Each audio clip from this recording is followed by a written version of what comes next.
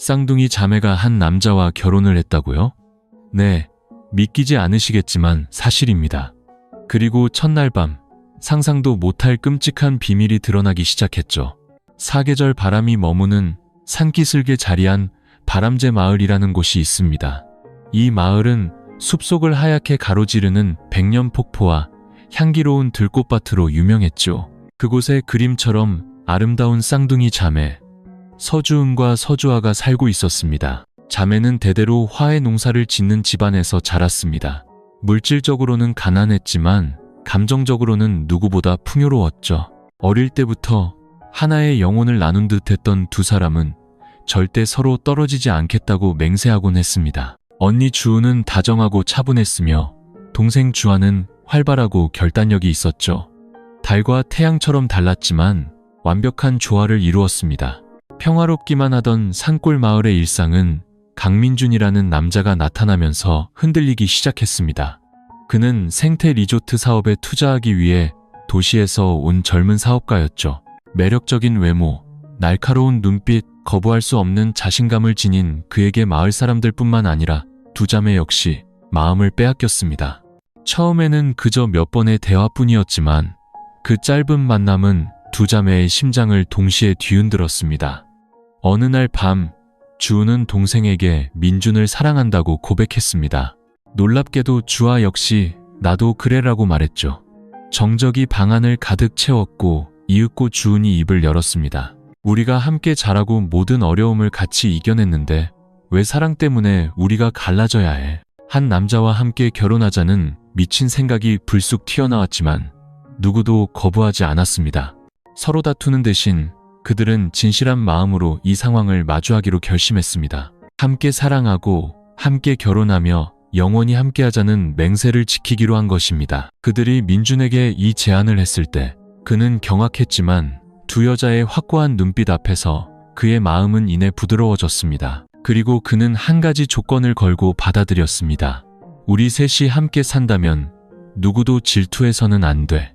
한 명이라도 약속을 깨면 모든 게 끝나는 거야. 기묘한 결혼 생활이 시작되었습니다. 하지만 그들은 몰랐습니다. 결혼식 첫날 밤, 달빛이 작은 통나무집 지붕을 비출 때 가장 어두운 비밀이 침묵 속에서 서서히 고개를 들고 있었다는 것을, 모든 것을 파괴할 하나의 비밀이 말입니다.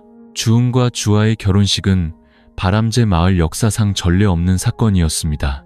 화려한 꽃도 호화로운 무대도 없었죠. 그저 두 자매가 어린 시절 내내 뛰어놀던 백년폭포 아래 시냇가 옆 넓은 마당이 전부였습니다. 초겨울의 옅은 햇살 아래 두 신부는 소박한 흰 드레스를 입고 손을 맞잡은 채 그들이 남편으로 선택한 남자 강민준이 기다리는 임시 나무 단상을 향해 천천히 걸어갔습니다.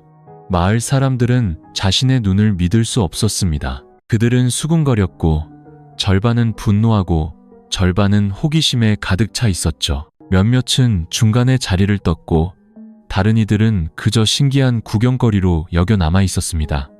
하지만 주은과 주아는 전혀 신경 쓰지 않았습니다. 그들은 다른 사람의 인정을 바란 것이 아니었습니다.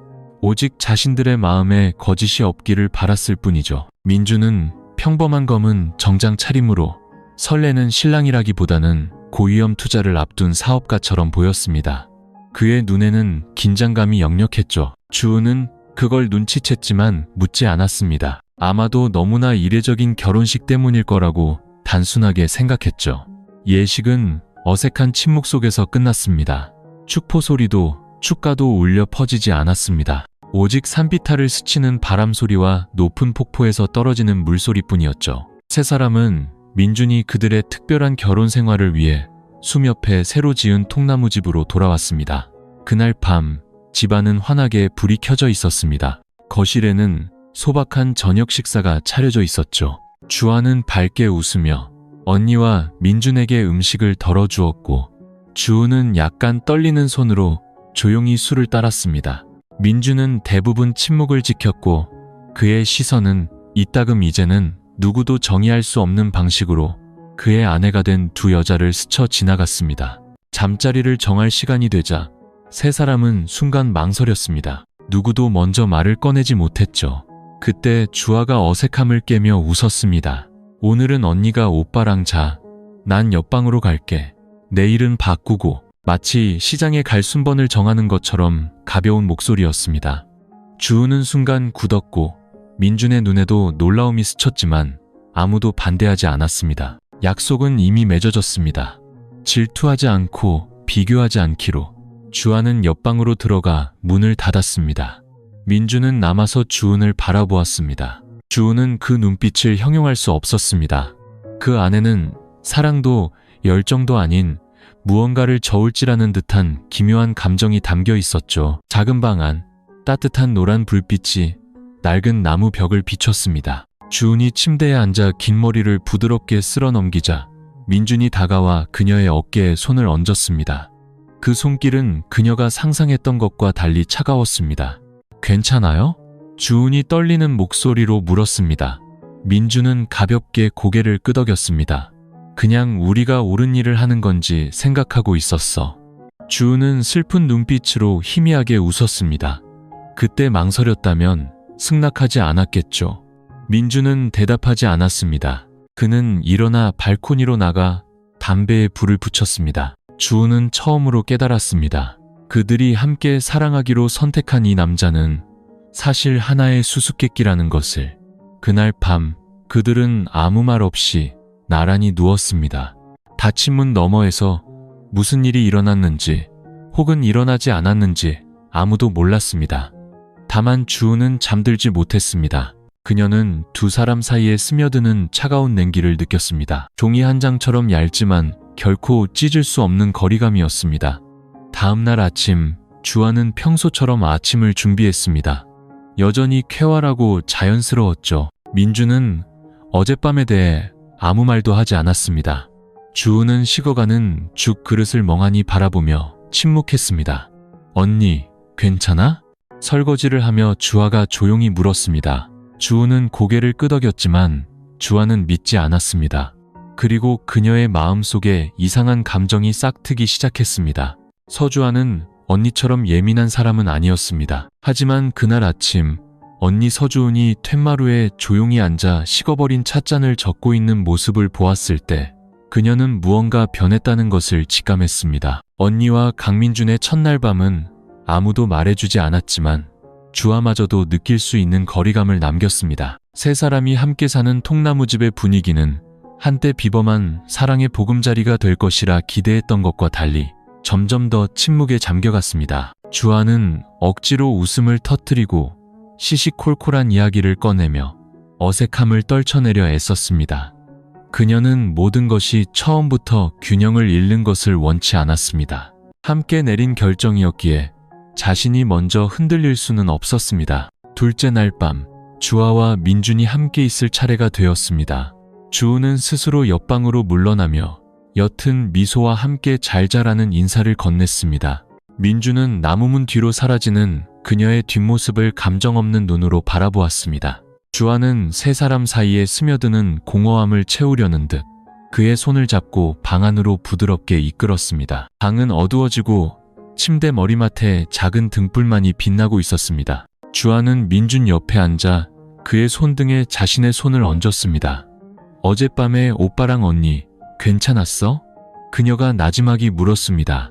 민준은 그녀를 돌아보았지만 시선은 잠시 망설이다 이내 다른 곳을 향했습니다. 응, 괜찮았어. 근데 아마 언니가 아직 익숙하지 않은 것 같아. 주아는 희미하게 웃었지만 마음 한구석이 따끔거렸습니다. 민준은 그녀의 눈을 똑바로 쳐다보지 않았습니다. 그것은 그들이 그 기묘한 제안을 하기 전에는 결코 하지 않았던 행동이었습니다. 그날 밤 그들은 많은 대화를 나누지 않았습니다. 주아는 분위기를 자연스럽게 얽매이지 않고 억지스럽지 않게 유지하려 애썼습니다. 하지만 민준이 그녀를 만질 때 그의 숨결은 무거웠고 동작은 느리고 감정이 없었습니다. 마치 대사도 제대로 외우지 못한 연극에서 남편 역할을 억지로 연기하는 것 같았죠. 다음 날 아침, 주우는 일찍 일어나 평소처럼 아침을 준비했습니다. 그녀는 묻지 않았고 주아는 말하지 않았지만 두 사람 모두 무언가가 통제불능의 상태로 빠져들고 있음을 분명히 느꼈습니다. 일주일이 지났습니다. 순번은 계획대로 계속되었지만 식사 시간에 대화는 점점 줄어들었고 세 사람 사이의 시선은 더 이상 자연스러움을 유지하기 어려워졌습니다. 그리고 사건이 터졌습니다. 어느 늦은 오후 주은이 툇마루의 화분을 정리하다가 부엌에서 들려오는 웃음소리를 우연히 들었습니다. 그녀는 주아가 민준 옆에 바싹 붙어 앉아있는 것을 보고 걸음을 멈췄습니다. 두 사람은 휴대폰으로 무언가를 보며 아주 다정하게 웃고 있었죠. 민준은 주아 쪽으로 고개를 기울였고 그의 얼굴에는 주은이 자신을 볼 때는 한 번도 보지 못했던 환한 빛이 감돌았습니다. 그녀는 조용히 돌아서 걸었고 손에서 떨어진 화분은 산산조각 났지만 부엌에 있는 두 사람은 아무 소리도 듣지 못했습니다. 그날 밤 주은은 잠들지 못했습니다. 어둠 속에서 눈을 뜨고 누워 복잡한 생각들이 덩굴처럼 목을 조여왔습니다. 질투하지 않겠다고, 사랑을 나눌 준비가 되었다고 말했지만 과연 인간이 머릿속 스위치를 켜고 끄듯 감정을 통제할 수 있을까요? 민준이 주아에게 웃어주는 것만 봐도 심장이 아프게 뛰는데 자신이 약속을 깨고 있는 건 아닐까요? 주은은 일어나 문을 열고 툇마루로 나갔습니다. 밤의 바람제 마을은 생각보다 쌀쌀했습니다. 숲을 스치는 바람 소리는 마치 그녀가 애써 외면하려는 진실을 속삭이는 듯했습니다. 달빛 아래 그녀는 부엌 쪽에서 걸어오는 주아의 그림자를 보았습니다. 두 사람은 약속이라도 한 듯 마주쳤습니다. 주아의 눈빛은 순간 놀랐다가 이내 부드러워졌습니다. 언니, 아직 안 잤어? 주아가 작게 물었습니다. 너는? 주은은 대답 대신 되물었습니다. 주아는 잠시 침묵하다가 언니 옆으로 다가와 앉았습니다. 언니, 괜찮아? 그 질문은 작은 칼날 같았습니다. 주은은 시선을 돌리며 나지막이 말했습니다. 모르겠어. 그냥 피곤해. 주아가 언니의 어깨에 머리를 기댔습니다. 나도 그래. 결혼 후 처음으로 두 자매는 마음속의 감정을 숨기지 않고 나란히 앉아 있었습니다. 누구도 질투라는 단어를 입에 올리지 않았지만 두 사람 모두 이 결혼이 지극히 인간적인 방식으로 서서히 균열을 일으키고 있다는 것을 이해했습니다. 다음 날 아침 주은은 평소처럼 일찍 일어났습니다. 그녀는 식탁 위 도자기 병에 마른 라벤더 몇 가지를 조용히 꽂았습니다. 그 향기가 답답한 부엌 공기를 조금이라도 덜어주길 바라면서요. 민주는 아직 일어나지 않았고 주아는 샤워 중이었습니다. 그날 아침 집안은 기묘할 정도로 고요했습니다. 주은은 시계를 보고 거실로 걸어갔습니다. 민준의 휴대폰이 탁자 위에 놓여 있었죠. 화면이 밝아지며 알림이 떴습니다. 윤서연님으로부터 새 메시지, 조심해요. 가계약 서류 보냈어요. 두 명의 귀여운 아내들이 의심하지 않게 해요. 주은의 손이 굳었습니다. 그녀는 휴대폰을 만지지 않았습니다. 하지만 그 몇 글자만으로도 머릿속에서 벌이 윙윙거리는 듯 했습니다. 윤서연은 누구지? 왜 두 명의 귀여운 아내들이라는 표현을 썼을까? 그리고 가계약 서류는 또 뭐지? 주은이 정신을 차리기도 전에 주아가 뒤에서 나타났습니다. 언니, 왜 그래?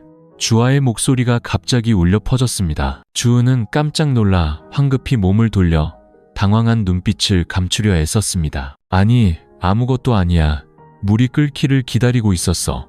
하지만 주아는 바보가 아니었습니다. 그녀는 언니의 손이 미세하게 떨리는 것과 주은이 화면을 끄기 전 민준의 휴대폰에서 새어나오던 빛을 똑똑히 보았습니다. 언니, 뭐 읽었지? 주아가 천천히 다가왔습니다. 아니야. 주은은 부자연스러울 정도로 세차게 고개를 저었습니다. 방 안의 공기는 폭포 위에 맺힌 새벽 이슬처럼 차가웠습니다. 두 자매는 서로의 숨소리까지 탐색하듯 마주섰습니다. 주은은 더 이상 거짓말을 할 수 없다는 것을 알았지만 아직 확신할 수 있는 것도 없었습니다. 지금 섣불리 추측을 내뱉는다면 상황을 악화시키거나 산산조각 낼 뿐이었습니다. 바로 그때 민준이 방에서 나왔습니다. 그의 시선은 마주선 두 여자를 빠르게 훑고는 주은에게 오랫동안 머물렀습니다. 마치 무슨 일이 있었는지 짐작이라도 한 것처럼요. 좋은 아침. 그는 평소와 같은 목소리로 말했지만 미소는 가짜였습니다. 주은은 가볍게 고개를 끄덕였고 주아는 그의 시선을 피하며 고개를 돌렸습니다. 그날 세 사람은 생태 리조트 사업 등록 절차를 위해 읍내시장으로 함께 내려갔습니다. 민준이 앞장섰고 두 자매는 뒤따랐습니다. 사람들은 여전히 호기심과 약간의 경멸이 섞인 눈으로 그들을 쳐다봤지만 수군거림은 줄어들었습니다. 그들은 더 이상 신기한 구경거리가 아니라 익숙한 웃음거리가 되어 있었습니다. 하지만 주은의 신경을 끈 것은 세상의 시선이 아니었습니다. 주유소 근처에 주차된 회색 SUV 안에 낯선 여자의 눈빛이었죠. 그녀는 선글라스를 끼고 있었지만 민준을 보자마자 차창을 내리고 눈도 깜빡이지 않고 그를 똑바로 쳐다봤습니다. 주은은 스쳐 지나갔을 뿐이지만 심장이 쿵 내려앉았습니다. 그 여자가 민준을 보는 방식은 낯선 사람의 것이 아니었습니다. 아주 가까웠던 사람의 눈빛이었죠. 그날 밤 주아가 혼자 산책을 나갔을 때 주은은 조용히 민준의 방으로 들어갔습니다. 그는 책상에 앉아 리조트 부지 설계도를 검토하고 있었습니다. 눈은 집중하고 있었지만 손은 아무것도 적지 않고 있었죠. 그녀가 조용히 문을 두드렸습니다. 시간 괜찮아요? 물어볼 게 있어요. 민준이 돌아보았고 그의 얼굴에 놀라움이 스쳐 지나갔습니다. 무슨 일인데? 주은은 침착한 목소리를 유지하며 앉았습니다. 오늘 아침에 오빠 휴대폰에 윤서연이라는 사람에게서 온 메시지가 떴어요. 그 여자가 우리를 두 명의 귀여운 아내들이라고 부르면서 가계약 서류 얘기를 하던데 설명해줘요. 그녀의 말은 고요한 호수에 던져진 돌멩이처럼 공간에 퍼졌습니다. 민주는 몇 초간 침묵하다가 가볍게 웃었습니다. 아, 그냥 은행 쪽 파트너야. 농담을 그런 식으로 하곤 해. 신경 쓰지 마. 주은은 손을 꽉 쥐었습니다. 그럼 주유소에 있던 SUV는요? 오빠를 그렇게 쳐다보던 그 여자는 누구예요? 이번에는 민준이 바로 대답하지 않았습니다. 그는 일어나 그녀에게 등을 돌린 채 주머니에 손을 넣었습니다. 지금 나를 신문하는 거야? 그의 목소리가 차가워졌습니다. 오빠를 믿고 싶어요. 하지만 오빠가 그 믿음을 아주 어렵게 만들고 있잖아요. 주은의 목소리는 평소보다 단단했습니다. 민준이 돌아섰고 그의 눈빛은 어둡게 가라앉았습니다. 내가 두 사람과 사랑을 나누겠다고 동의했어. 그게 쉬운 일인 줄 알아? 언제나 누군가의 시선이 내 숨소리 하나하나를 따라다니는 집에서 사는 게 평범한 일인 줄 아냐고. 주은은 일어섰고 눈가가 붉어졌습니다. 그럼 우리가 견디기 힘든 존재였다는 거예요? 민준은 아무 말도 하지 않았습니다. 그는 외면하며 돌아섰습니다. 주은은 울지 않았습니다. 그녀는 조용히 방을 나왔습니다. 가슴 속에는 무거운 덩어리가 자리 잡고 있었죠. 그것은 냉대받은 슬픔이 아니라 그들이 살아온 모든 것이 한편의 연극일지도 모른다는 두려움이었습니다. 그날 밤 주아가 돌아왔을 때 언니는 벽을 향해 돌아누워 있었습니다. 아무도 아무 말도 하지 않았지만 그 순간부터 그들과 민준 사이에는 균열이 생기기 시작했습니다. 윤서연이라는 이름의 균열이었습니다. 그날 이후 서주아는 언니가 더 과묵해진 것을 알아차렸습니다. 물어볼 때마다 서주은은 그저 피곤해서 그래라며 고개를 저을 뿐이었습니다. 하지만 주아는 직감을 쉽게 무시하는 사람이 아니었죠. 언니의 침묵은 마치 폭풍이 몰아치기 전 고요한 호수 같아서 그녀의 마음을 불안하게 만들었습니다. 그날 밤 주은이 일찍 잠자리에 들자 주아는 조용히 거실로 돌아왔습니다. 민준의 휴대폰이 탁자 위에서 충전되고 있었죠. 생전 처음으로 그녀는 진실을 위해 다른 사람의 사생활을 침해해야 한다고 느꼈습니다. 화면은 잠겨있지 않았습니다. 아마 민준은 두 사람 중 누구도 확인하리라 생각하지 못했겠죠. 주아는 메시지함으로 들어갔습니다. 많은 대화는 없었지만 한 이름이 그녀의 심장을 옥죄었습니다. 윤서연. 그녀는 대화를 열었습니다. 윤서연, 3일 전 거리를 좀 둬요. 두 꼬마가 눈치채면 계획이 수포로 돌아가요. 민준, 알았어. 모든 게 계획대로 진행 중이야. 토지 서류는 다음 주에 승인될 거야. 윤서연, 좋아요. 마음 약해지지 마요. 특히 큰애, 걔는 예민하니까. 주아는 그 자리에 얼어붙었습니다. 큰애는 서주은이었습니다. 그리고 주아는 작은 애였죠. 그녀의 손이 떨렸습니다. 마음속 감정이 분노인지 혐오인지 배신감인지 분간할 수 없었습니다. 그들이 함께 사랑하고 결혼한 민준이 다른 여자와 뒤에서 그들을 두 꼬마라 부르며 계획을 짜고 있었습니다. 그녀는 스크롤을 내렸습니다. 다음 문단은 그녀의 숨을 먹게 했습니다. 민준, 건축 허가가 나면 시내가 부지 땅값을 띄울 거야. 팔기만 하면 자금 회전시키고 조용히 빠져나오기에 충분해. 윤서연, 그 귀여운 아내들은 어쩌고? 민준, 글쎄, 착하게 굴면 감정 수업료 명목으로 돈 좀 쥐어줄 생각이야. 주아는 손에 힘이 풀려 휴대폰을 카펫 위로 떨어뜨렸습니다. 심장을 누가 꽉 쥐는 것 같았죠.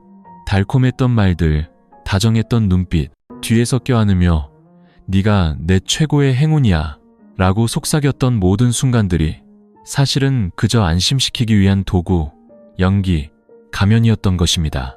그녀는 입술을 깨물며 눈물을 참으려 했지만 목이 메어왔습니다.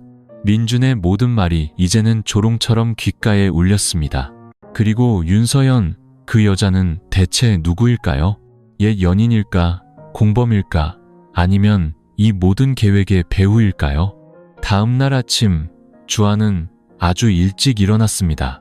그녀는 주은을 깨우지도 민준에게 아무 말도 하지 않았습니다. 그녀는 민준의 프로젝트에 자금을 지원했던 은행 지점이 있는 시내 중심가로 가는 버스를 탔습니다. 지금 그녀의 머릿속에는 단 하나의 질문이 맴돌았습니다. 윤서연의 진짜 정체를 알아내면 그가 무엇을 숨기고 있는지 알 수 있을 것이다. 은행 창구에 앉아 그녀는 민준회사의 서류를 담당하는 행정 직원인 척했습니다. 저희 쪽 토지 가계약 서류에 서명한 대리인분을 확인해야 하는데요. 윤서연이라는 이름이 있는데 좀 확인해 주실 수 있을까요? 직원은 잠시 컴퓨터를 두드리다 멈췄습니다. 윤서연 씨요? 아, 그분은 전 지점장님이신데 반년 전에 퇴사하셨어요. 주아는 놀랐습니다. 퇴사요? 그럼 무슨 자격으로 서류에 서명한 거죠? 직원은 망설였습니다. 그건 잘 모르겠네요. 하지만 그분 이름이 계속 나온다면 아마 예전 서류를 재사용한 걸 수도 있어요. 법무팀에 다시 확인해 보시는 게 좋겠네요. 주아는 고맙다고 인사하고 은행을 나섰습니다. 그녀의 머릿속에서는 즉시 무서운 퍼즐 조각이 맞춰졌습니다. 윤서연은 전 지점장이었고 퇴사했지만 여전히 거래에 이름을 올리고 있었습니다. 하나는 위조, 다른 하나는 공모. 둘 다 심각한 문제였습니다. 그녀는 침묵 속의 집으로 돌아왔습니다. 민주는 집에 없었습니다. 주은은 툇마루에서 꽃에 물을 주고 있었죠. 주아가 다가가 물뿌리개를 빼앗으며 나지막이 말했습니다. 언니, 얘기 좀 해. 급한 일이야. 주은은 걱정스러운 눈으로 동생을 바라보았습니다.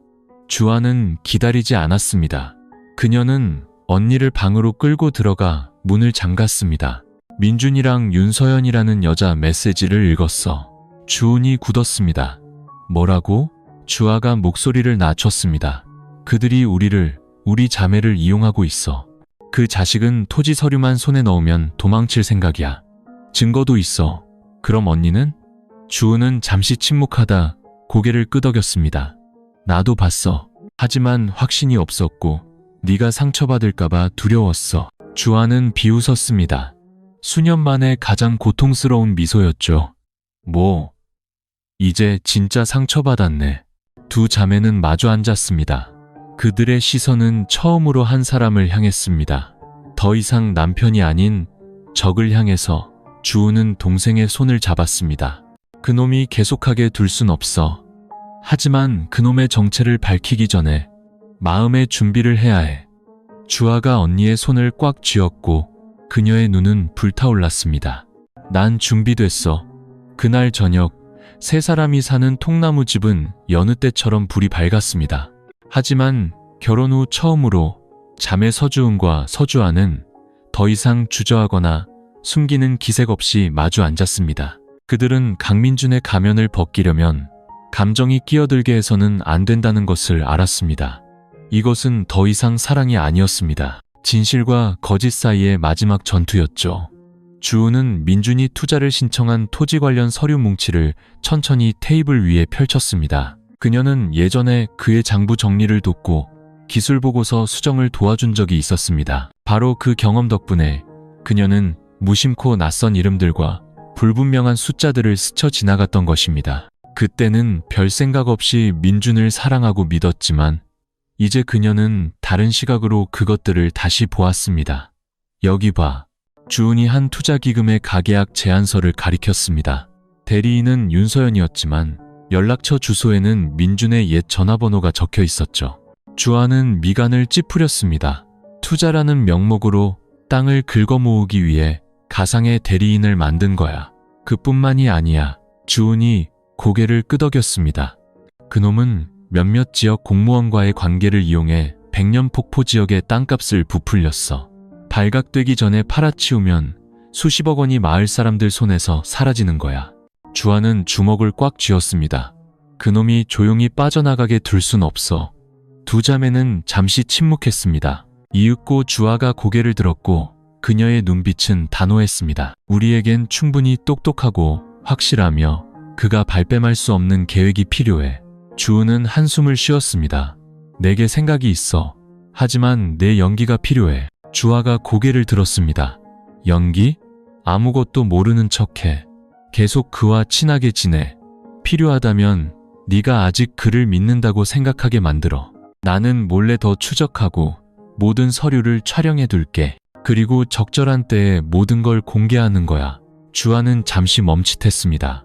배신자 앞에서 연기해야 한다는 생각에 소름이 돋았지만 이내 고개를 끄덕였습니다. 알았어. 언니를 위해서 그리고 나 자신을 위해서. 다음 날 주아는 다정한 젊은 아내 역할로 돌아갔습니다. 그녀는 민준에게 웃으며 이야기했고 프로젝트 추가 서류를 제출하기 위해 함께 면사무소로 내려갔습니다. 모든 것이 각본대로 진행되었습니다. 강민준은 의심하지 않는 듯했습니다. 그는 여전히 침착한 태도를 유지하며 생태 리조트 건설 계획에 대해 이야기했고 우리 새 시왕과 두 여왕처럼 살게 될 거야라며 부유한 미래를 그렸습니다. 주아는 그가 능청스럽게 거짓말을 할 때마다 경멸의 눈빛을 감추며 억지로 웃었습니다. 오빠, 그녀가 차 안에서 그의 어깨에 머리를 기댔습니다. 지난번에 주유소에서 누구 만났어요? 그 여자가 오빠를 이상하게 쳐다보던데. 민준은 가볍게 웃었습니다. 아, 그냥 옛날에 알던 사람이야. 중요하지 않아. 주아는 더 묻지 않았습니다. 그녀는 최고의 거짓말쟁이가 절반의 진실과 절반의 거짓을 섞어 말하는 사람이라는 것을 알았습니다. 저녁에 주은은 집에 있었습니다. 그녀는 노트북을 열어 예전에 업무상 공유했던 민준의 외장하드에 있는 파일들을 복사했습니다. 다행히 그는 프로젝트 폴더의 비밀번호를 바꾸지 않았습니다. 그녀는 조용히 최종 계획이라는 이름의 파일을 클릭했고 화면에 나타난 내용은 그녀를 얼어붙게 만들었습니다. 파일 안에는 시간, 연락처, 매입가, 예상 판매가, 차익, 그리고 심지어 발각 시 언론을 처리하는 비용까지 명시된 스프레드시트가 있었습니다. 맨 아래 비고란에는 이런 문구가 있었습니다.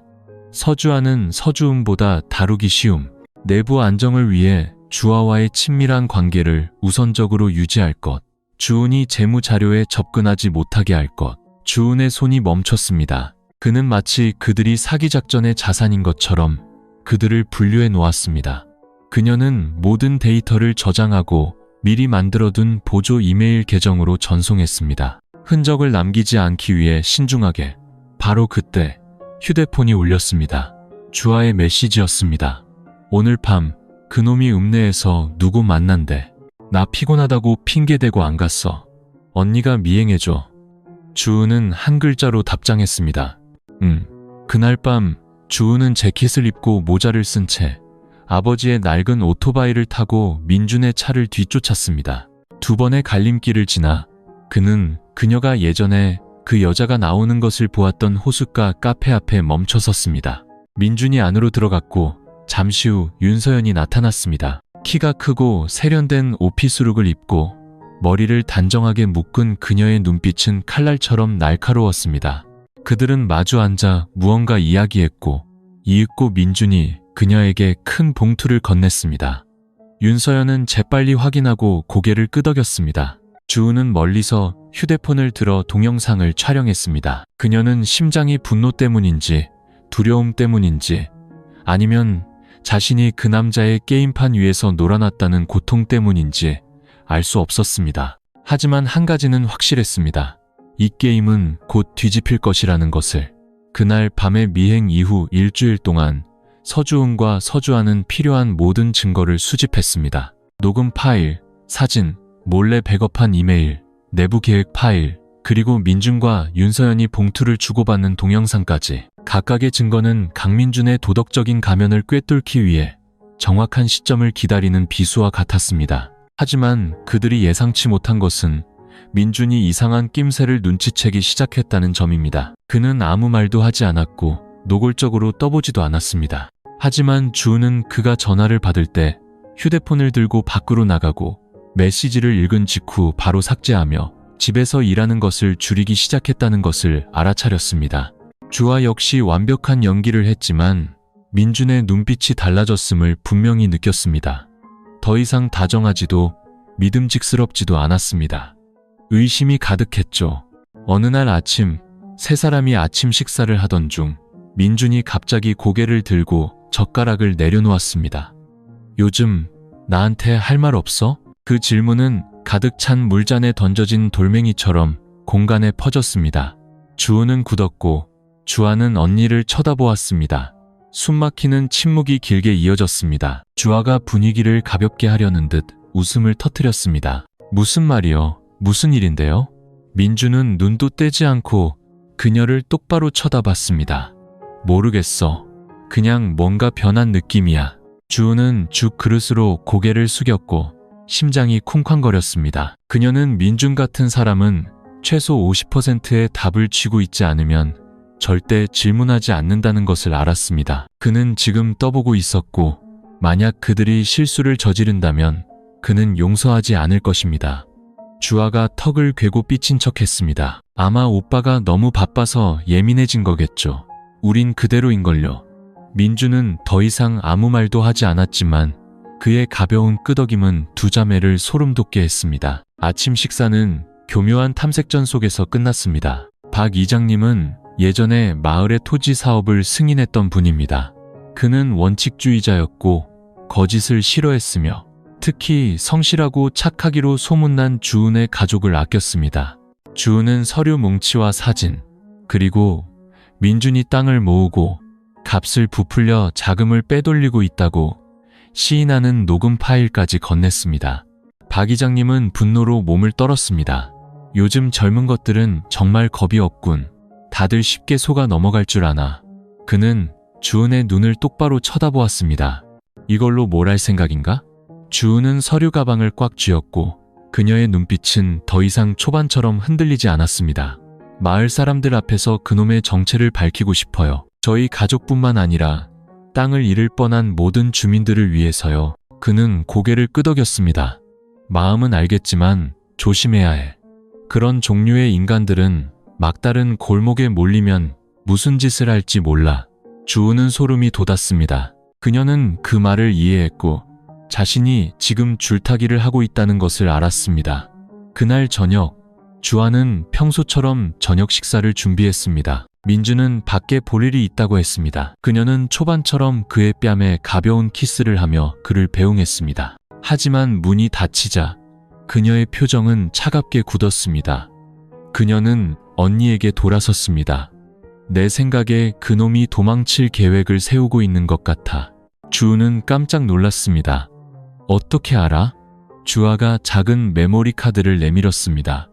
며칠 전부터 그 사람 차에 작은 녹음기를 설치해뒀어. 어제 누군가에게 전화해서 모든 걸 계획보다 일찍 끝낼 거라고 하더라. 그 두 꼬마가 눈치채기 전에 조용히 돈 챙겨서 뜨자고도 했어. 주은은 의자 등받이를 꽉 쥐었습니다. 시간이 얼마 남지 않았습니다. 그녀는 동생을 보며 낮은 목소리로 말했습니다. 이제 때가 됐어. 다음 날 해가 뜨기도 전에 두 사람은 조용히 모든 증거를 5곳의 중요한 주소로 보냈습니다. 면사무소, 군경찰서, 지역 언론사, 가족이 예전에 알던 변호사, 그리고 토지감사위원회에 재직 중인 박 이장님의 친구에게 그 후 그들은 민준이 대응할 틈도 주지 않도록 교란 작전을 짰습니다. 주아는 민준을 산책에 초대하며 아이를 가질 생각에 대해 이야기하고 싶다는 뜻을 넌지시 비췄습니다. 이는 민준을 기쁘게 하면서도 당황하게 만드는 한 수였습니다. 그는 그것이 진심인지 함정인지 가늠할 수 없었죠. 한편 주우는 비밀리에 읍내의 작은 신문사를 찾아가 모든 증거를 첨부한 익명의 고발 기사를 보냈습니다. 기사의 제목은 투자인가? 사기인가?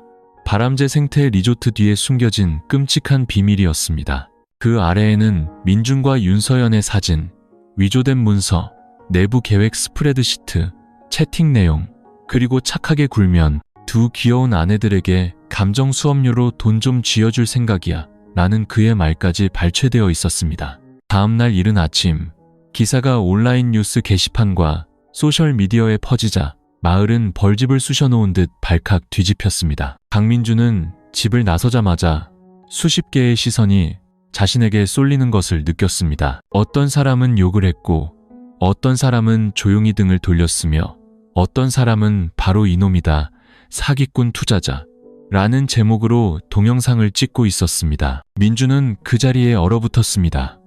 그리고 처음으로 사냥당하는 기분이 어떤 것인지 알게 되었습니다. 강민준은 마치 갑옷을 모두 빼앗긴 사람처럼 바람제 마을 사거리 한복판에 서 있었습니다. 이른 아침의 햇살은 더 이상 따뜻하지 않았고 마치 가면이 벗겨진 죄인 배우에게 쏟아지는 무대 조명 같았죠. 이전에는 공손하게 인사하던 마을 사람들이 이제는 손가락질하며 수군거렸습니다. 어떤 사람은 동영상을 찍었고 다른 사람들은 분노에 찬 눈으로 그를 쳐다보았습니다. 순식간에 민준은 판이 뒤집혔다는 것을 깨달았습니다. 주머니 속 휴대폰이 쉴 새 없이 울렸습니다. 메시지와 전화가 끊임없이 쏟아졌죠. 기사 봤습니다. 불장난을 하고 계시군요. 프로젝트 담당 변호사입니다. 추가 고소를 당하고 싶지 않으시면 즉시 전화 주십시오. 민준 씨, 나까지 끌어들이다니. 정말 쓰레기 같은 놈이군. 민준은 휴대폰을 껐고 얼굴은 점점 창백해졌습니다. 그는 모든 것이 이렇게 빨리 무너질 줄은 상상도 못했습니다. 그날 밤, 그는 평소와 다른 모습으로 집에 돌아왔습니다. 더 이상 침착하고 단정한 모습이 아니었죠. 셔츠는 구겨지고 넥타이는 삐뚤어졌으며 눈은 밤새 잠 못 잔 사람처럼 충혈되어 있었습니다. 거실에서 책을 읽던 서주은이 고개를 들었습니다. 그녀의 시선은 더 이상 부드럽지 않았고 폭풍 전의 고요함이 담겨 있었죠. 민준이 들어와 평소보다 세게 문을 닫았습니다. 두 사람 짓이지? 그의 목소리는 분노로 가득 차 쉬어 있었습니다. 주은은 책을 내려놓고 천천히 대답했습니다. 기사 얘기를 하는 거라면 맞아요. 민준은 씁쓸함이 가득한 웃음을 터뜨렸습니다. 내가 너무 순진했군. 당신들이 영원히 순진할 거라고 생각했다니. 주아가 부엌에서 나와 팔짱을 꼈습니다. 이용당하는데 영원히 순진한 사람은 없어요. 오빠는 그저 자신을 지킬 줄 아는 두 여자를 만났을 뿐이에요. 민준은 성큼 다가섰고 그의 눈은 상처 입은 야수처럼 불타올랐습니다. 나를 폭로하면 끝날 줄 알아? 이 일로 치러야 할 대가가 뭔지 알기나 해? 주은은 일어서서 한치의 물러섬도 없이 그와 마주섰습니다. 알아요. 하지만 당신 같은 사람을 믿었던 우리가 틀렸다는 것도 알아요. 공기는 무겁게 가라앉았습니다.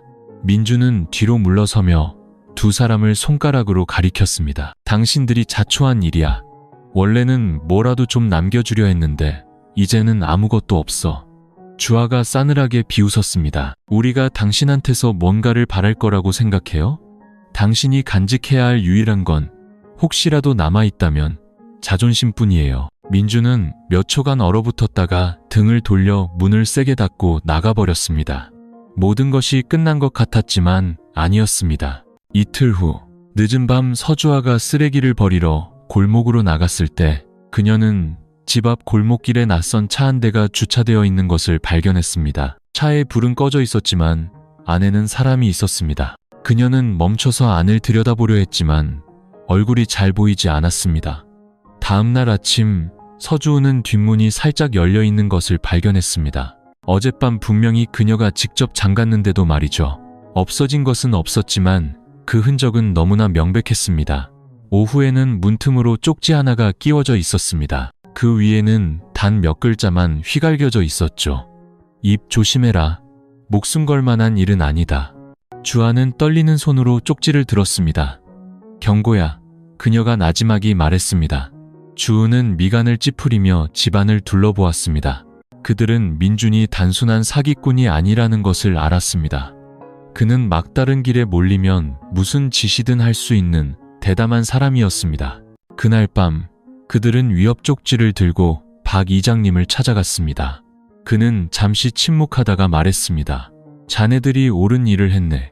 하지만 이제부터는 혼자 행동하지 말게.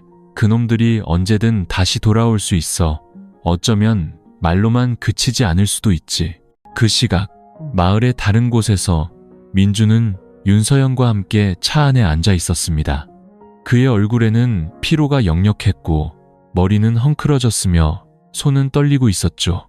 그것들이 생각보다 빨랐어. 윤서연이 차갑게 그를 쳐다보았습니다. 당신이 너무 감정적이었으니까 진작에 끝냈어야 했어. 민준이 희미하게 웃었습니다. 내가 그러고 싶지 않았던 줄 알아? 하지만 너무 오래 같이 살다 보니 내가 연기 중이라는 걸 잊어버렸어. 윤서연이 돌아섰고 그녀의 눈빛은 칼날처럼 날카로웠습니다. 그럼 이제 정신 차려. 당신이 처리하지 않으면 내가. 민주는 차창 밖을 내다보았습니다. 어둠 속에서 멀리서 비치는 노란 불빛이 그의 눈에 맺혔습니다. 그것들이 내 모든 걸 앗아갔어. 이제 내가 되찾을 차례야. 소나무 숲속 작은 집. 주우는 문을 잠그고 불을 끈 뒤 방으로 들어갔습니다. 주아는 책상 옆에 앉아 있었고 눈빛은 긴장으로 가득했습니다. 주우는 동생의 어깨에 손을 얹었습니다. 우리 물러설 수 없지? 주아는 고개를 끄덕이며 희미하게 미소 지었습니다. 입술은 창백했지만요. 물러서지 않아. 하지만 아주 영리해야 해. 밖에서는 바람이 소나무 숲을 스쳐 지나갔습니다. 그 소리는 마치 누군가 숨을 죽이고 잠복하고 있는 듯 차갑고 날카로웠습니다. 위협 쪽지를 받은 후 서주은과 서주아는 불안감 속에서 살았습니다. 낮에는 평범한 척했지만 밤에는 아주 작은 소리에도 깜짝 놀랐습니다. 문틈으로 새어드는 바람 소리, 툇마루에서 나는 마른 입소리, 모든 것이 마치 누군가 몰래 지켜보는 것처럼 느껴졌습니다. 어느 날 오후 주은이 가게에서 돌아왔습니다. 뒷문에 다다랐을 때 그녀는 갑자기 멈춰섰습니다. 항상 잠겨있던 문이 지금은 살짝 열려 있었죠. 그녀는 심장이 빠르게 뛰는 것을 느끼며 다가갔습니다. 바닥에는 부엌 안쪽까지 이어지는 희미한 젖은 진흙 발자국이 찍혀 있었습니다. 그녀는 심장이 쿵쿵 울리는 것을 느끼며 안으로 들어가 주아를 불렀습니다. 주아야, 부엌에 있니? 거실에서 주아의 목소리가 들려왔습니다. 나 빨래 개고 있어. 왜 그래? 언니? 주우는 대답하지 않았습니다. 그녀는 이미 알아차렸습니다. 누군가 집에 들어왔었습니다. 그들은 더 이상 감시당하는 것이 아니라 침입당한 것이었습니다. 그날 밤 두 자매는 말없이 나란히 앉아있다가 주아가 작게 말했습니다. 언니 생각엔 그가 우리를 위협만 하는 걸까? 아니면 정말로 무슨 짓을 하려는 걸까? 주우는 고개를 돌리지 않고 짧게 대답했습니다. 둘 다. 두 사람은 조용히 모든 원본 서류와 메모리 카드, 사진, 인쇄된 자료를 박 이장님께 가져가 맡겼습니다. 만약 저희에게 무슨 일이 생기면 저희 대신 이것들을 경찰과 언론에 전해주세요. 주은이 떨리는 목소리로 말했지만 눈빛은 단호했습니다. 박 이장님은 고개를 끄덕이며 주은의 손을 잡았습니다. 아주 조심해야 하네. 그 같은 자는 절망에 빠지면 무모한 짓을 할 수 있어. 다음 날 새벽, 주아는 이상한 소리에 잠에서 깨어났습니다. 집 뒤편 나무 문을 가볍게 긁는 듯한 소리였죠. 그녀는 벌떡 일어나 작게 속삭였습니다. 주은 언니, 무슨 소리 들려? 주은은 즉시 잠에서 깨어났습니다. 그들은 조심스럽게 손전등을 켜고 함께 뒷문으로 향했습니다. 문은 활짝 열려 있었고 툇마루는 차가웠으며 다른 소나무 숲 뒤에 숨어 있었습니다. 땅 위에는 과도한 자루가 빗물 웅덩이 속에 덩그러니 놓여 있었습니다. 하지만 두 사람을 경악하게 만든 것은 계단 바로 옆에 목이 잘린 채 놓여있는 암탉이었습니다. 피가 흥건하게 번져 있었죠. 닭의 시체 옆에는 피에 젖어 구겨진 종이 한 장이 있었습니다. 다음은 닭이 아닐 것이다.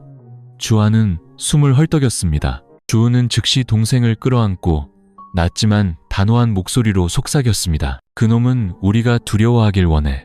하지만 이번에는 그놈이 두려워하게 될 거야. 목 잘린 닭 사건 이후 통나무 집의 공기는 숨막힐 듯 무거워졌습니다. 서주아는 잠을 이루지 못하고 보이지 않는 소리에 계속 놀랐습니다. 서주우는 더 과묵해졌지만 그녀의 눈빛은 전에 없던 냉철함과 결단력으로 빛났습니다. 다음 날 아침 그들은 다시 한번 박 이장님을 찾아갔습니다. 하지만 이번에는 증거를 맡기기 위해서가 아니었습니다. 이장님께 또 한 가지 부탁드릴 일이 있어요. 주은이 말하며 손편지 한 통과 USB 하나를 테이블 위에 올려놓았습니다. 오늘 밤 바로 두 번째 기사가 나갈 수 있도록 해주세요. USB 안에 영상과 함께요. 부디. 박 이장님은 편지를 열었습니다. 그 안에는 강민준이 의도적으로 협박하고 불법적으로 침입했으며 두 자매에게 심리적 폭력을 가한 행위에 대한 상세한 고발이 담겨 있었습니다. 첨부된 영상은 주은이 전날 몰래 설치해둔 소형 카메라로 촬영한 닭의 시체와 칼, 피 묻은 쪽지의 모습이었습니다. 그는 고개를 끄덕였습니다. 이번에는 단순한 토지 문제가 아니군. 이건 범죄야. 오후에 주아는 혼자 시장에 가는 척했습니다. 그녀는 일부러 강민준이 자주 가는 곳들을 들러 아는 사람들과 큰 소리로 이야기를 나누며 자신이 방심하고 있다는 인상을 주었습니다. 밤이 되자 그들이 예상한 대로 민준이 나타났습니다. 주은이 막 정문을 잠갔을 때 정원 뒤편에서 아주 희미한 발소리가 들렸습니다. 큰 소리도 문을 부수는 소리도 없었지만 마당의 센서등이 순간적으로 켜졌습니다. 주은과 주아는 이미 준비를 마친 상태였습니다.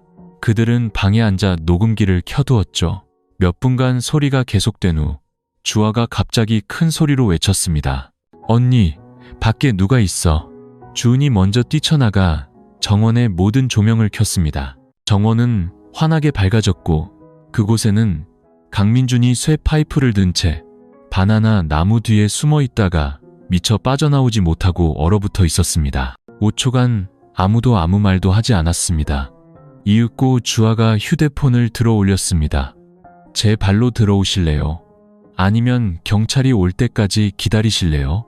민주는 휴대폰을 빼앗으려고 달려들었지만 그가 다가오기도 전에 다른 헤드라이트 불빛이 멀리서 그의 얼굴을 비췄습니다. 박 이장님과 면사무소 직원 2명이 이미 울타리 밖에 서 있었습니다. 현행범으로 체포됐어. 강민준 씨. 강민준은 굳었습니다. 그의 눈은 사방을 훑었고 게임이 끝났다는 것을 알았습니다. 강민준은 그날 밤 체포되었습니다. 차가운 헤드라이트 불빛 아래 그는 더 이상 초기에 침착하고 세련된 남자가 아니었습니다. 그는 분노와 실패, 굴욕감으로 검게 변한 얼굴을 숙였습니다. 면사무소에서 조서를 작성한 후 민주는 아무 말도 하지 않았습니다. 직원이 왜 무기를 들고 그들의 집에 갔습니까? 라고 물었을 때에야 그는 마른 목소리로 희미하게 웃었습니다. 내가 혼자라고 생각하나? 그 말은 주은을 소름 돋게 했습니다. 혼자가 아니라고? 그는 결코 혼자가 아니었습니다. 다음 날 아침 두 번째 기사가 지역의 모든 뉴스 사이트에 게재되었습니다. 여론은 들끓었죠. 기이한 결혼 이야기에서부터 이제 서주은, 서주와 자매는 다른 시선으로 비춰졌습니다. 어두운 돈벌이 음모의 희생자로 말이죠. 기사 아래에는 수천 개의 응원과 공감 댓글이 달렸지만 그 속에는 이상한 계정들이 남긴 불길한 글들도 섞여 있었습니다. 그 여자를 건드렸겠다. 너희들 이제 준비해라. 아직 끝나지 않았어. 귀여운 꼬마들아. 게임은 이제 시작이야. 주은은 그 글들을 읽으며 등골이 서늘해지는 것을 느꼈습니다. 그날 저녁, 두 자매가 늦은 저녁을 준비하고 있을 때 문을 세게 3번 두드리는 소리가 났습니다. 예고도, 오토바이 소리도, 발소리도 없었죠. 주은과 주아는 서로를 쳐다보았습니다. 주아가 조용히 고개를 끄덕였습니다. 두 사람은 드라이버와 부엌칼을 든 채 조용히 문으로 다가갔습니다. 하지만 문을 열었을 때 툇마루에는 흰 봉투 하나와 시든 호접란한 송이만 놓여 있었습니다. 봉투 안에는 결혼식 날 강민준과 함께 찍은 세 사람의 낡은 사진이 들어 있었습니다. 환한 미소 뒤에는 보라색 잉크로 휘갈겨 쓴 글씨가 있었습니다. 모든 것은 원래 아름다웠다. 그것을 망친 건 너희들이다. 서명도 주소도 없었습니다. 하지만 서주아는 즉시 그 필체가 민준의 것이 아니라 윤서연의 것임을 알아차렸습니다. 주우는 거실에 조용히 앉아 예전 사진 폴더를 다시 열었습니다. 생태 리조트 프로젝트 개장식 날 찍은 단체 사진을 찾았죠. 그 안에서 윤서연은 민준 옆에 서서 그의 어깨에 팔을 두른 채 도전적인 눈빛으로 카메라를 응시하고 있었습니다. 주우는 중얼거렸습니다. 우리가 한 가지를 잊고 있었어. 민준은 조리였어. 주인이 아니라. 주아가 굳었습니다. 언니는 윤서연이 배우에 있다고 생각하는 거야? 주우는 천천히 고개를 끄덕였습니다. 배우에 있을 뿐만 아니라 이제 빛으로 나오고 있어. 밖에서는 검은 구름이 몰려왔고 소나무 수비로 큰 비가 쏟아지기 시작했습니다. 그리고 마을 어딘가에서 윤서연은 창가에 앉아 천천히 레드 와인을 따르며 차갑게 미소 짓고 있었습니다. 이걸로 끝난 줄 알았겠지. 이 판은 이제 내가 다음 수를 둘 차례야. 강민준이 구금되었다는 소식은 순식간에 마을 전체로 퍼져나갔습니다. 사람들은 골목 어기 찻집에서부터 새벽 시장까지 온종일 수군거렸죠. 하지만 정의가 승리하는 듯한 순간 윤서연 쪽에서 새로운 게임이 조용히 시작되었습니다. 민준과 달리 윤서연은 화를 내거나 어설프게 행동하지 않았습니다. 그녀는 냉철했고 어둠 속에서 줄을 당기는 법을 알았죠. 불과 며칠 후 익명의 자료들이 인터넷에 유출되었습니다. 서주은이 프로젝트 초기 단계에서 투자 기금을 횡령했다는 역공이었죠. 근거 없는 주장이었지만 대중의 의심을 사기에는 충분했습니다. 한편 주아의 이메일이 갑자기 해킹당해 수많은 개인적인 메시지와 사적인 사진들이 유포되었습니다. 주은의 페이스북 계정으로 위조된 메시지가 기자들에게 발송되어 그녀가 돈을 벌기 위해 이야기를 팔고 싶어 한다는 내용이 퍼졌습니다. 각각의 작은 공격은 마치 먹잇감을 조이는 뱀처럼 정확하고 꾸준했습니다. 두 자매는 이제 배신한 한 남자가 아니라 언론과 법, 여론을 조종할 줄 아는 세력과 맞서고 있었습니다. 한 고급 카페에서 윤서연은 검은색 드레스를 입고 낯선 남자와 마주 앉아 있었습니다. 남자는 서류를 든 채 생각에 잠겨 있었죠. 정말로 그 두 아이를 처리하고 싶은 게 확실합니까? 윤서연은 차를 한 모금 마시며 입꼬리를 살짝 올렸습니다. 나는 질질 끄는 걸 싫어해요. 내가 민준을 파산해서 구해줬고 모든 걸 줬는데 그가 그런 값싼 계집애들 손에 놀아나다니. 남자는 비웃었습니다. 당신이 제시한 돈은 시세의 2배군요. 도와드릴 수 있을 것 같습니다. 그녀는 고개를 끄덕이며 사진 한 장을 꺼냈습니다. 서주아가 마당 앞에서 세차를 하고 있는 사진이었죠. 사고가 나길 원해요. 하지만 객관적인 이유가 있어야 하고 흔적을 남기지 말아야 해요. 같은 시각 서주우는 자신의 변호사와 함께 앉아 있었습니다. 나이든 남자는 정보 유출 사건 분석 보고서를 다 보고 나서 한숨을 쉬었습니다. 당신은 지금 세 방향에서 포위당하고 있습니다. 소셜미디어, 법률, 그리고 개인 이미지, 윤서연뿐만 아니라 배우의 그룹이 있을 수 있습니다. 주우는 주먹을 꽉 쥐었습니다. 저는 헛소문은 두렵지 않아요. 하지만 제 동생은 이런 더러운 공격을 받을 이유가 없어요. 변호사는 그녀를 보며 천천히 말했습니다. 그렇다면 우리는 반격해야 합니다. 진실뿐만 아니라 상대방이 예상치 못한 것으로 말이죠. 주우는 창밖을 내다보았습니다. 소나기가 지붕 위로 세차게 쏟아지고 있었죠. 그녀의 눈에는 한 줄기 빛이 떠올랐습니다. 더 이상 두려움이 아닌 적을 벼랑 끝으로 몰아넣겠다는 결의였습니다. 그날 밤 서주아가 쓰레기를 버리러 집을 나섰을 때 멀리서 검은 승용차 한 대가 다가왔습니다. 헤드라이트가 그녀를 똑바로 비췄고 차는 속도를 줄이지 않고 빠르게 돌진했습니다. 순간 그녀는 타이어가 아스팔트를 긁는 날카로운 소리와 함께 어둠 속에서 소름 끼치는 급정거 소리를 들었습니다. 검은 차는 통제불능의 야수처럼 돌진해 왔습니다. 그 순간 서주환은 그 자리에 얼어붙은 듯 했습니다. 눈부신 헤드라이트 불빛이 주변의 모든 것을 흐릿하게 만들었죠. 모든 감각이 비명을 지르며 경고했지만 그녀의 발은 마치 차가운 땅에 못 박힌 듯 움직이지 않았습니다. 충돌 직전 뒤에서 절규에 가까운 외침이 들려왔습니다. 주아야, 엎드려. 그녀는 오른쪽으로 몸을 날렸고 몸은 차가운 바닥에 세게 부딪혔습니다. 차는 그녀의 몸을 한 뼘 차이로 스쳐 지나가더니 밤의 정적 속에서 급정거했습니다. 차문이 열리고 마스크를 쓴 남자가 내렸지만 순식간에 언덕 아래에서 경찰차 사이렌 소리가 울려 퍼졌습니다. 낯선 남자는 당황하여 차로 돌아가 속도를 높여 달아났습니다. 뒤에서 대기하고 있던 오토바이 한 대가 그를 쫓아갔습니다. 동생을 구하기 위해 뛰쳐나왔던 서주은은 여전히 경찰에 전화를 걸고 있던 휴대폰을 든 채 숨을 헐떡였습니다. 주아는 울음을 터뜨렸습니다. 다치지는 않았지만 죽을 뻔했다는 충격에 온몸이 떨렸습니다. 경찰서에서 확보한 CCTV 영상에는 차량 번호판이 흐릿했지만 운전자의 모습은 윤서연이 지분을 가진 한 법률 사무소에서 일했던 전과자와 일치했습니다. 하지만 유죄를 입증할 직접적인 증거는 없었습니다. 모든 것은 그저 우연의 일치일 뿐이었습니다. 그 소식을 들은 주우는 책상을 세게 내리쳤습니다. 그들이 사람을 죽이려 했는데 그걸 우연이라고요?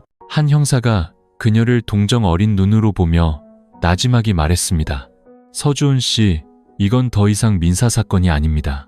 하지만 배후 세력이 있는 거대한 조직을 무너뜨리려면 분노 이상의 것이 필요합니다. 그녀는 주먹을 꽉 쥐었습니다. 우리가 방법을 찾아낼 거예요. 그들이 더 이상 숨을 곳이 없도록 만들겠어요. 며칠 후 주아는 여전히 충격에서 벗어나지 못했습니다. 그녀는 집 밖으로 나가지도 혼자 잠들지도 못했죠. 그녀의 마음속에서 신뢰라는 감정은 산산조각 나 있었습니다. 어느 날 밤 주은이 주아의 방에 이불을 가져다 주었을 때 동생은 침대에 앉아 눈이 붉게 충혈되어 있었습니다. 언니, 무서워. 이 일이 언제까지 계속될지 모르겠어. 더 이상 싸울 힘이 없어.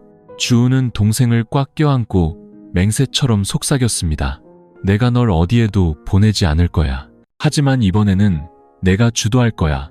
더 이상 희생자가 아니야. 다음날 아침 주은은 민준이 예전에 언급했던 한 인물에게 전화를 걸었습니다.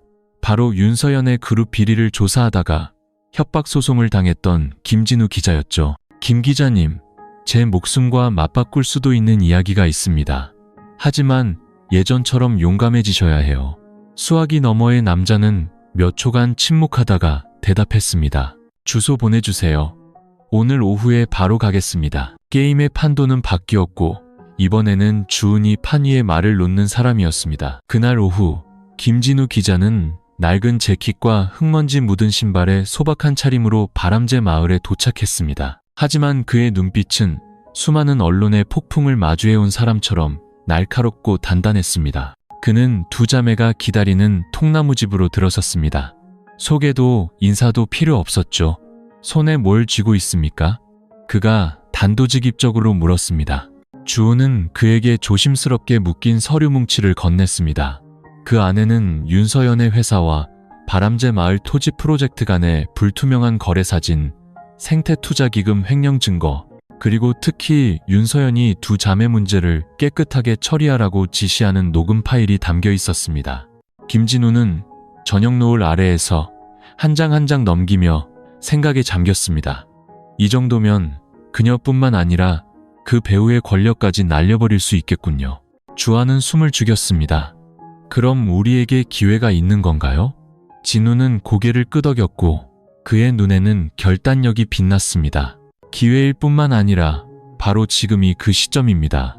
그날 밤 김진우는 밤새워 기사를 썼습니다. 글자들은 뜨거운 피처럼 화면 위를 달렸습니다. 그는 단순히 배신당하고 언론의 지옥으로 내몰린 쌍둥이 자매의 이야기를 넘어 강민준, 윤서연, 그리고 지역 권력층의 주요 인물들 사이에 연결고리를 파헤쳤습니다. 기사의 제목은 바람제 마을, 관광 천국에서 사기 지옥으로였습니다. 기사에서 김진우는 이름을 직접 거론하지는 않았지만 독자들이 충분히 연결할 수 있을 만큼 명확한 증거를 제시했습니다. 기사 말미에 그는 이렇게 썼습니다. 평범한 여성들이 생존을 위해 일어서야 할 때, 그때가 바로 진실이 가장 귀히 기울여져야 할 순간이다. 그는 새벽 4시에 기사를 편집국으로 보냈습니다.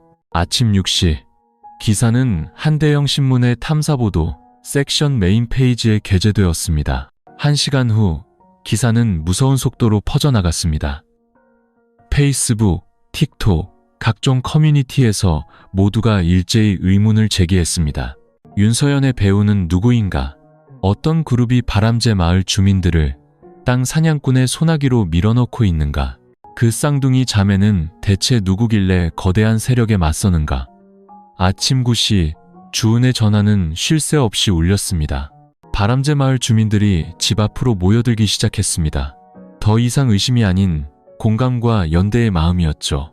예전에 그들을 비웃던 이웃 아주머니가 갓 단 채소 바구니를 내려놓으며 주아의 손을 잡았습니다.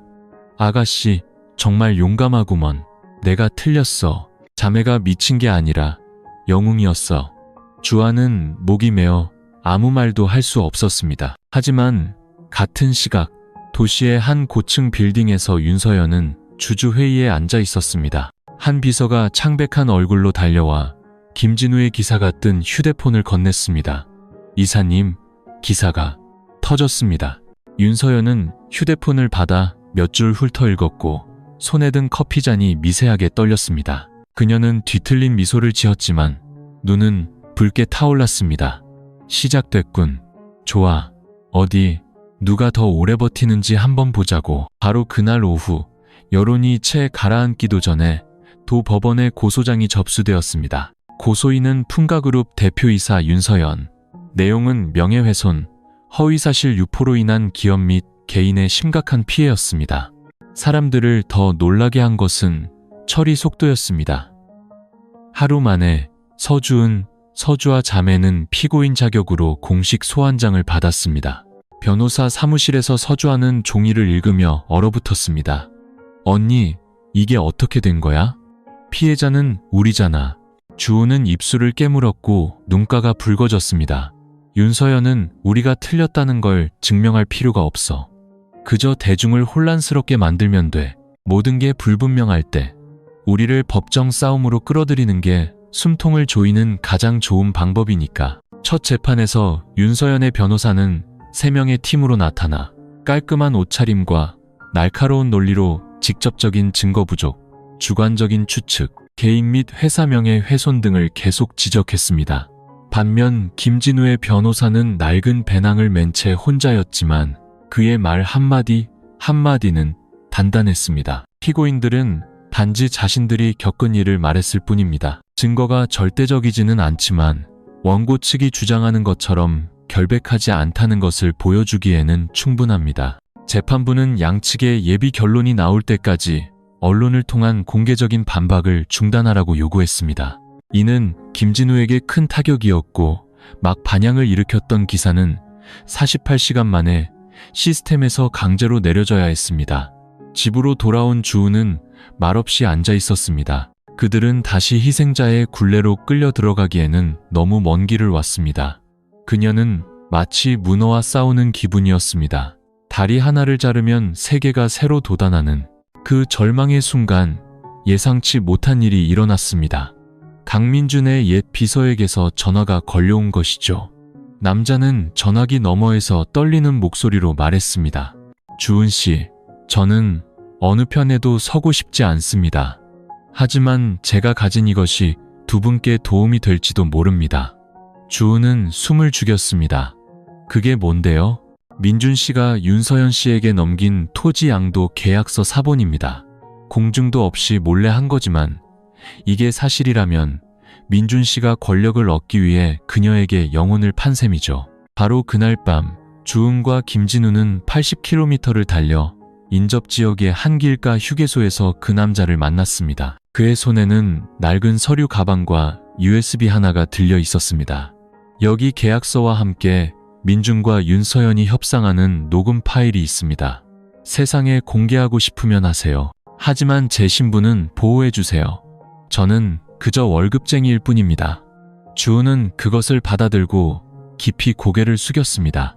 무고한 사람이 연루되지 않도록 약속하겠습니다.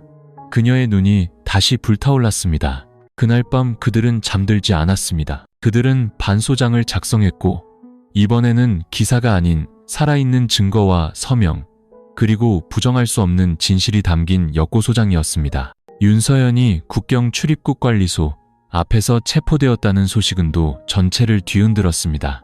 하지만 이 사건을 오랫동안 지켜본 사람들은 진짜 싸움이 아직 끝나지 않았음을 알았습니다. 그녀 혼자서는 돈 세탁, 토지 강탈, 법률 조작과 같은 거대한 시스템을 매끄럽게 운영할 수 없다는 것을 모두가 이해했기 때문이죠. 김진우는 즉시 중앙금융수사국에 연락했습니다. 그가 보낸 보고서에는 3명의 이름이 표시되어 있었습니다. 강민준, 군 부의장, 최성진, 그리고 주은이 보고 경악을 금치 못했던 이름, 그녀 아버지의 젊은 시절 친구이자 현재도 자원관리국장인 박정수. 조사실에서 윤서연은 이틀간의 침묵 끝에 마침내 입을 열었습니다. 뉘우침 때문이 아니라 협상을 위해서였죠. 그녀는 단도직입적으로 말했습니다. 모든 걸 불겠습니다. 하지만 신분보호, 형량 감경, 그리고 주요 언론에서 제 이름을 빼주는 조건이 필요합니다. 수사관은 비웃을 뿐이었습니다. 당신에겐 더 이상 협상할 선택지가 없습니다. 하지만 진술서가 작성되는 순간 진짜 정치 게임이 시작되었습니다. 윤서연은 강민준을 통해 돈을 거래한 내역을 상세히 진술했습니다. 그는 아내들의 명의를 이용해 장부를 숨겼죠. 그녀는 또한 최 부의장이 공개 입찰 없이 수십 건의 토지 수용 계약을 합법화해줬다고 지목했습니다. 이들의 이름이 수사선상에 오르자 주은은 갑자기 강민준의 어머니로부터 전화를 받았습니다. 그녀의 목소리는 떨리고 있었습니다. 주은아, 미안하다. 내가 잘못했다.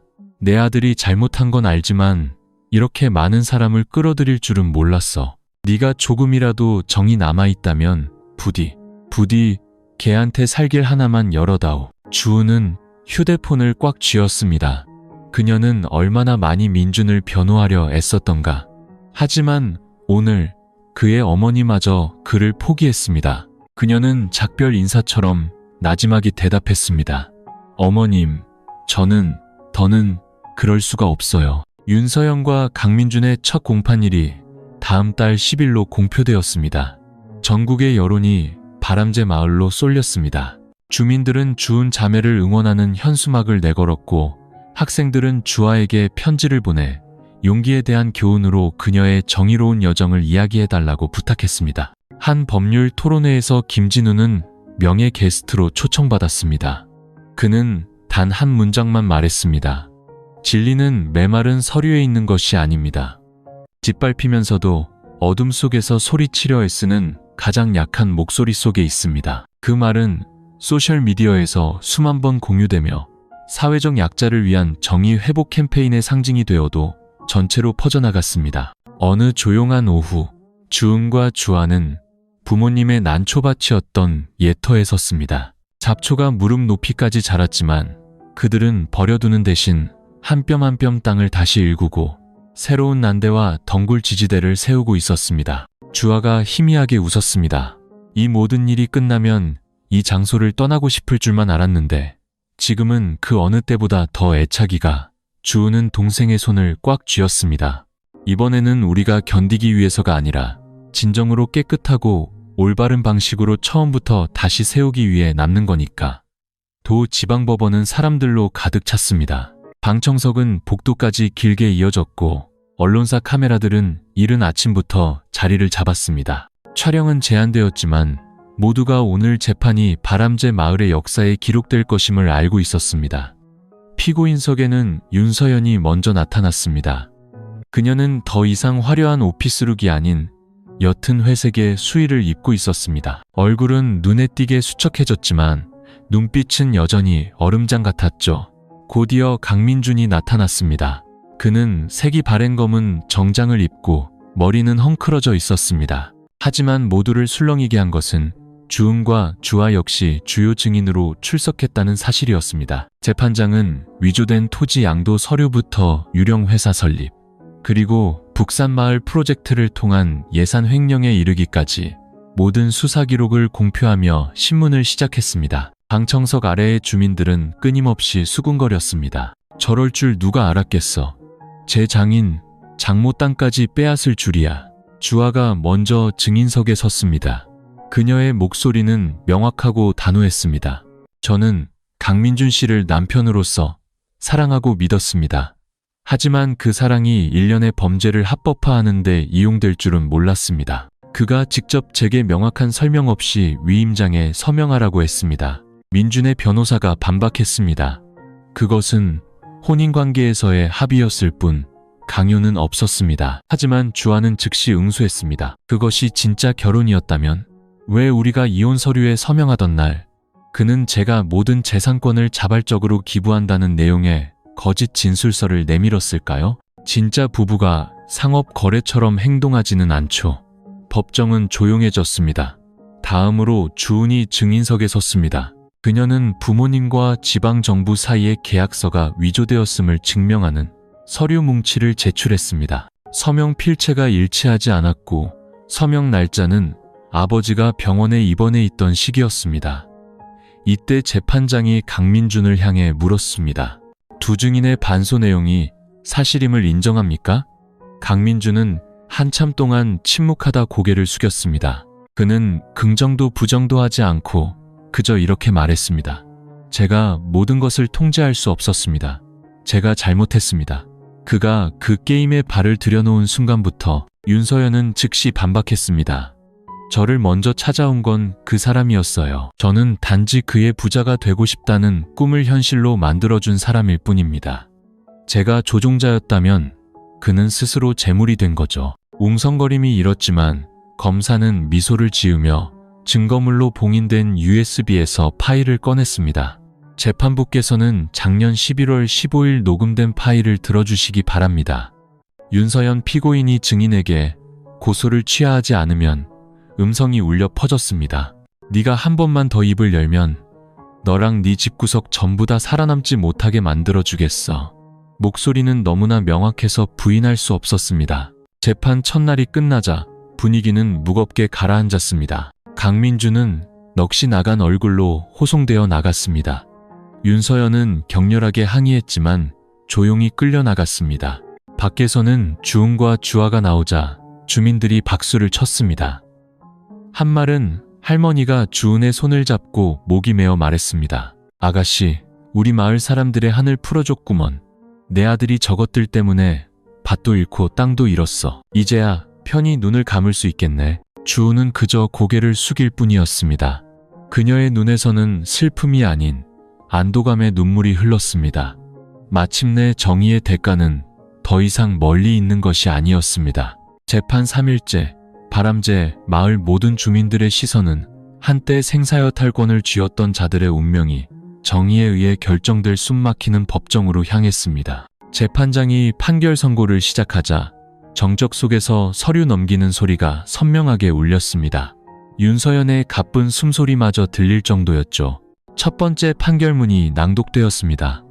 사건 기록, 증언, 수집된 증거, 그리고 법정에서의 공개되질 신문을 근거로 피고인 윤서연에게 사기, 자금 세탁, 그리고 유가증권 위조 혐의로 징역 20년을 선고한다. 윤서연은 돌처럼 굳었습니다. 그녀는 다리가 후들거렸지만 억지로 오만한 자세를 유지하려 애썼습니다.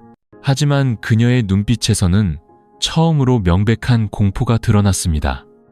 다음은 강민준이었습니다. 피고인 강민준은 직권남용, 재산횡령 공모 혐의로 징역 18년을 선고하며 만기 출소 후 5년간 기업 경영권을 박탈한다. 강민준은 고개를 숙였습니다.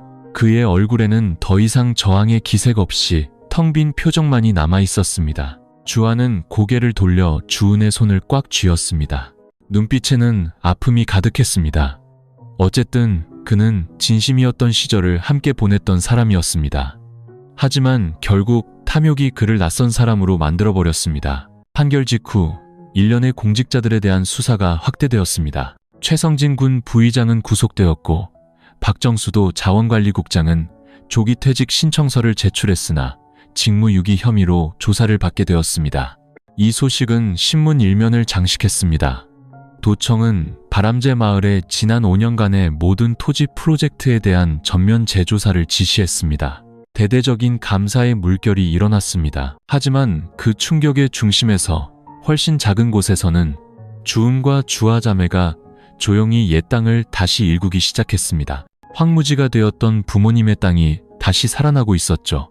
전국 각지에서 온 대학생 자원봉사자들이 난초대를 다시 세우는 것을 도왔습니다.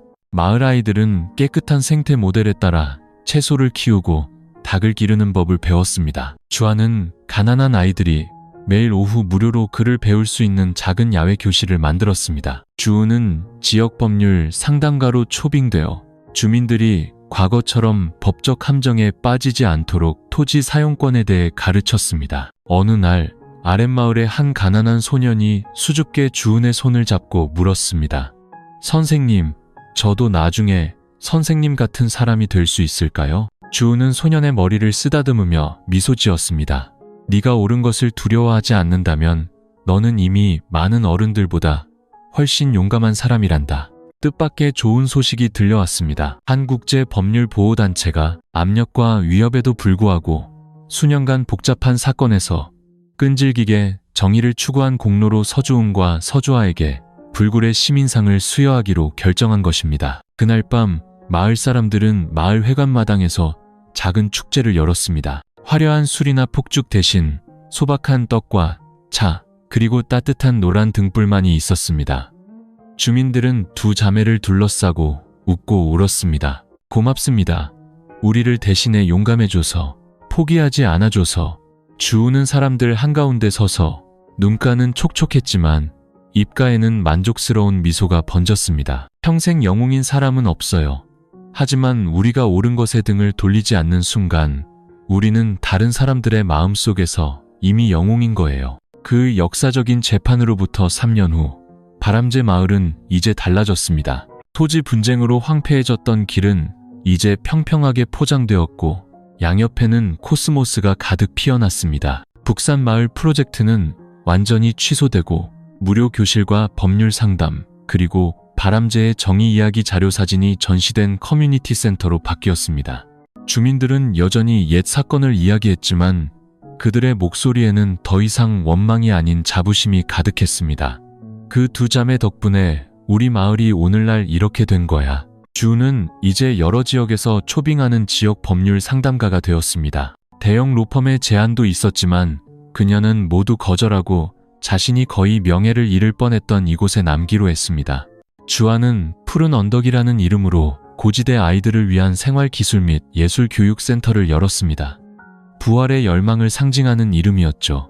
그리고 어느 늦은 오후 마지막 햇살이 되살아난 난초밭을 비출 때 두 자매는 나무 툇마루 아래 앉아 마당에서 제잘거리며 웃는 아이들을 바라보며 그 어느 때보다 평온한 마음을 느꼈습니다. 언니, 후회한 적 있어? 주아가 문득 물었습니다. 주우는 잠시 침묵하다가 대답했습니다. 하지만 일어선 것을 후회하는 게 아니라 너무 오랫동안 침묵했던 것을 후회해. 다른 곳에서 강민주는 제3교도소에서 복역 중이었습니다. 그는 모범적인 수영 생활 덕분에 가벼운 노동을 배정받았습니다. 그는 종종 유일하게 매달 자신을 찾아오는 어머니에게 편지를 썼습니다. 한 편지에서 그는 이렇게 썼습니다. 어머니, 저는 모든 것을 잃었을지 모르지만 적어도 이제는 자존심이 무엇인지 압니다. 언젠가 주아와 주은이 저를 용서해 줄 수 있기를 바랍니다. 제가 돌아가기 위해서가 아니라 제 안에 남은 약간의 인간성으로 저 자신이 계속 살아갈 수 있도록 말입니다. 한편 윤서연은 3년이 지나도 감형을 받지 못했습니다. 교도소에서 그녀는 고립된 채 말이 거의 없었죠. 누군가의 말에 따르면 큰 비가 내리던 어느 날 밤 그녀가 교도소 창밖을 조용히 바라보며 중얼거렸다고 합니다. 내가 틀렸던 건 단 하나, 모든 것을 통제할 수 있다고 생각했던 것. 거짓 위에 세워진 권력은 결국 물거품처럼 사라지는 것을. 그 해봄, 주우는 꺼지지 않는 등불들이라는 TV 프로그램에서 영감을 주는 인물로 선정되었습니다.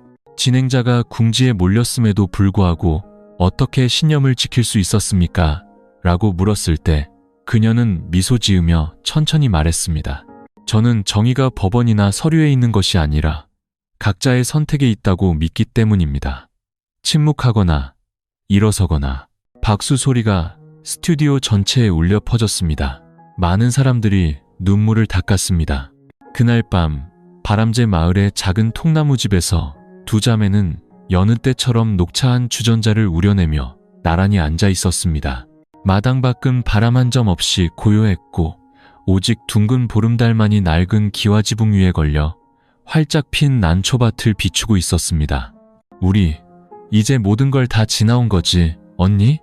주아가 조용히 물었습니다. 응. 주은이 부드럽게 웃었습니다. 그리고 가장 아름다운 건 우리에겐 아직 서로가 있다는 거야. 길을 잃는 사랑도 있고 배신하는 가족도 있을 겁니다. 하지만 당신이 옳은 것을 지키기만 한다면 빛은 당신을 버리지 않을 것입니다. 자격 있는 사람은 보상받을 것이고 잘못을 저지른 자는 대가를 치를 것이며 정의는 비록 늦게 찾아올지라도 그 누구도 죽일 수 없는 것입니다.